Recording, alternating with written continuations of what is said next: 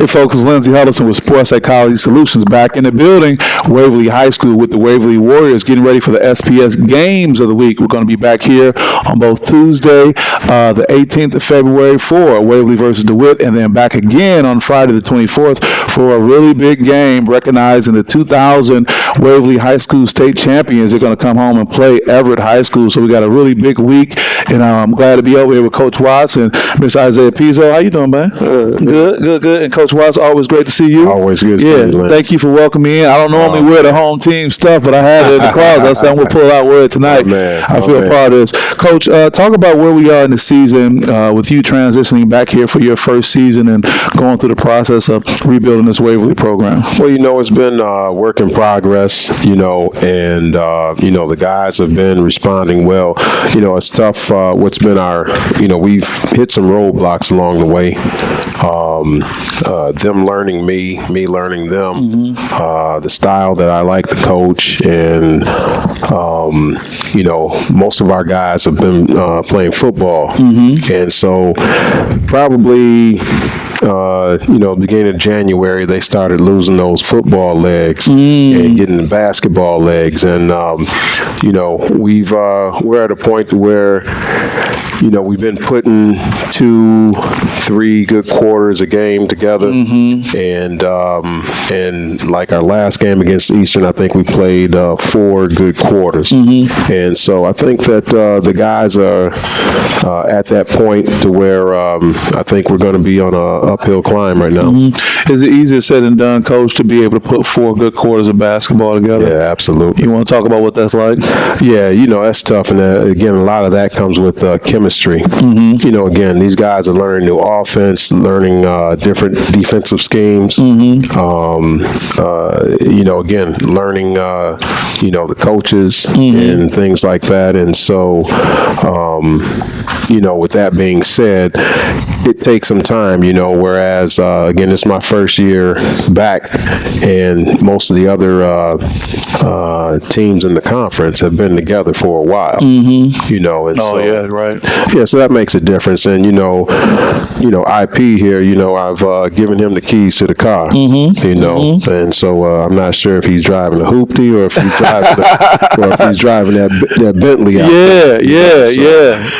Well, you got the keys. IP Isaiah Pizzo, definitely recognized as a leader. Your coach is acknowledging that a lot to be said, a lot that comes with it. But how do you feel when you sit here and your coach acknowledges you as a true leader of this team? It's really a true honor, and I appreciate him for giving me the opportunity to lead the team. And his first year on varsity, and it's really a good opportunity.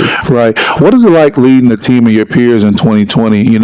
Coach and I come from an era where we probably did things a little differently. We didn't have the other resources like the social media, the phone, the text, and all that kind of stuff.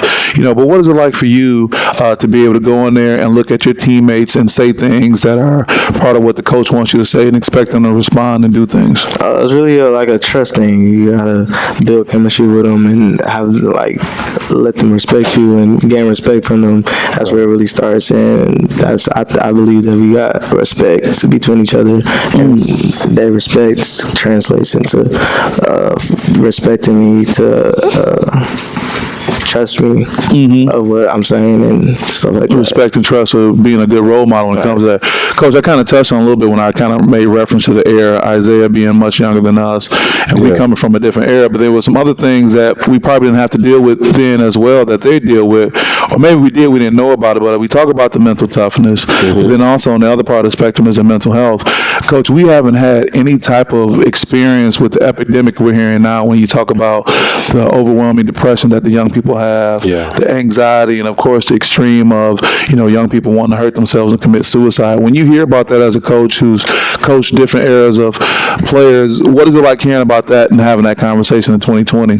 Well, it's sad, first of all, but again, it's I think it's something where you got the different social media outlets, and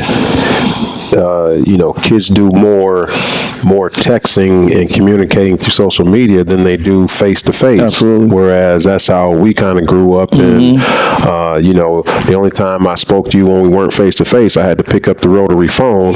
Yeah. I Dial. don't even know what we talking about, dude. He like, what? Right. But again, so again, that component is missing.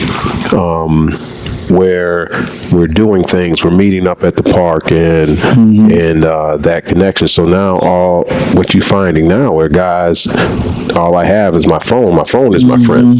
Oh, my phone is my friend. Wow. And so now they're dealing with, different predators out there. It's amazing because I'm surprised when you have people that will get on social media and encourage people to kill themselves and to do things like that, to harm themselves or harm somebody else. And those things are they're out there now. They're prevalent. And so some of the things we're trying to do and what we try to do is with our guys is number one is embrace them and then empower them. Embrace them, then empower them. Okay. Yeah, and so for instance, Isaiah here, he's a leader on the team. He's got the keys to the car, so they know that when he gives instructions, it's like coming from me or any of the other coaches. So that's important, and so now that's how that respect comes around that he was talking about, and so we can send messages to our captains, whether it be Isaiah, Ricky, or Bryson, and they get the information to the players. That's that leadership and respect that we were talking about. But the suicide rate and things of that nature is it's high, way higher than when we were growing up, like you said, and with the different social media outlets and the lack of attention, at home or outside of school is where they're struggling at. Yeah, it's like that. Isaiah, when you hear about that, and when you think about what your peers are going through when you're here in school and you see the things on social media, help us understand a little bit more. What is it like from your perspective when you hear about the things that are going on out there? It's sad, and like Coach was saying, we kind of try to embrace them, and anybody who wants an outlet, we try to be there for them, and we look at the team as like a family. So we if anybody needs something to talk about, wherever, we're gonna be there and be there for them. That's great. There's a resource I want to put on the screen, the crisis text line. You can text 741-741. And Coach, like you were saying, people text so much and the phone is their friend. That's a resource they can use if they don't want to pick up the phone. And on the other side of that, somebody will be there. But also the American Association for Suicide Prevention, American Foundation for Suicide Prevention, the Seize the Awkward campaign on Thursday, March 5th. We'll be at the Capitol going to our elected officials, talking about the support we want to get to mental health, just so we can start putting some effort together to respond to that. And I think a great thing is having great coaches like you who are well respected in every community that you've been in, young men like Isaiah who are well respected as well, to get out there and talk about it. And just like the campaign says, seize the awkward, be able to start having those awkward conversations. And like you're saying, empower individuals to do something about it. So that's what we're hoping we can do. That game that's going to be taking place on the 18th, the SPS game of the week against DeWitt, as well as on the 21st, the big game with Everett coming in town and recognizing the 2000 Waverly boys champions is a great thing. So, Coach, with that, is there anything you want to be able to add to just say where you're at with the season, what your expectations are, and what the future is going to be like? And Isaiah, you can wrap up things when we finish with that too. Well, we knew that this season was going to be a challenge, and we like to look at the season in three parts. You got the first half of the season, which is the first 10 games. Then you have the second half of the season, the next 10 games. And then you have the third season, which is the tournament. And so, chances of, us winning our conference is going to be slim to none. And I think Slim left town last week. So none just left. Right. So, I get it. it. Right. So, I mean, we're at a stage where we are really, really preparing for the district. And again, we've been in every single game that we've played.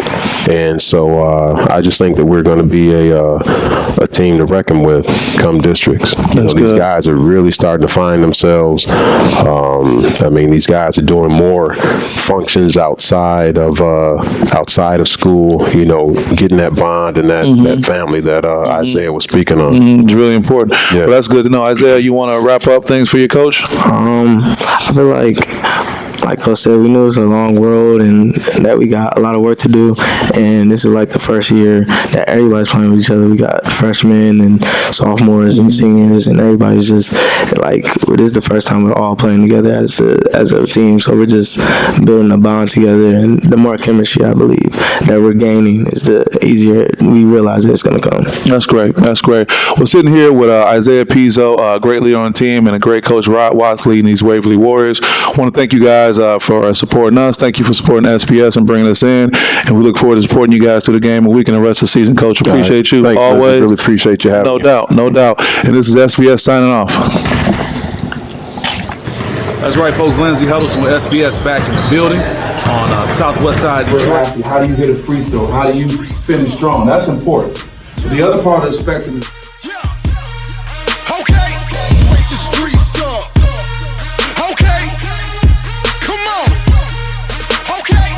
Always packed, always loud, always crazy. So it's a tough place to play in. You gotta go in there with my. So I'll be in there tomorrow. That's really my motivation. Is I want to be like Gabe Brown. Gabe Brown shoots like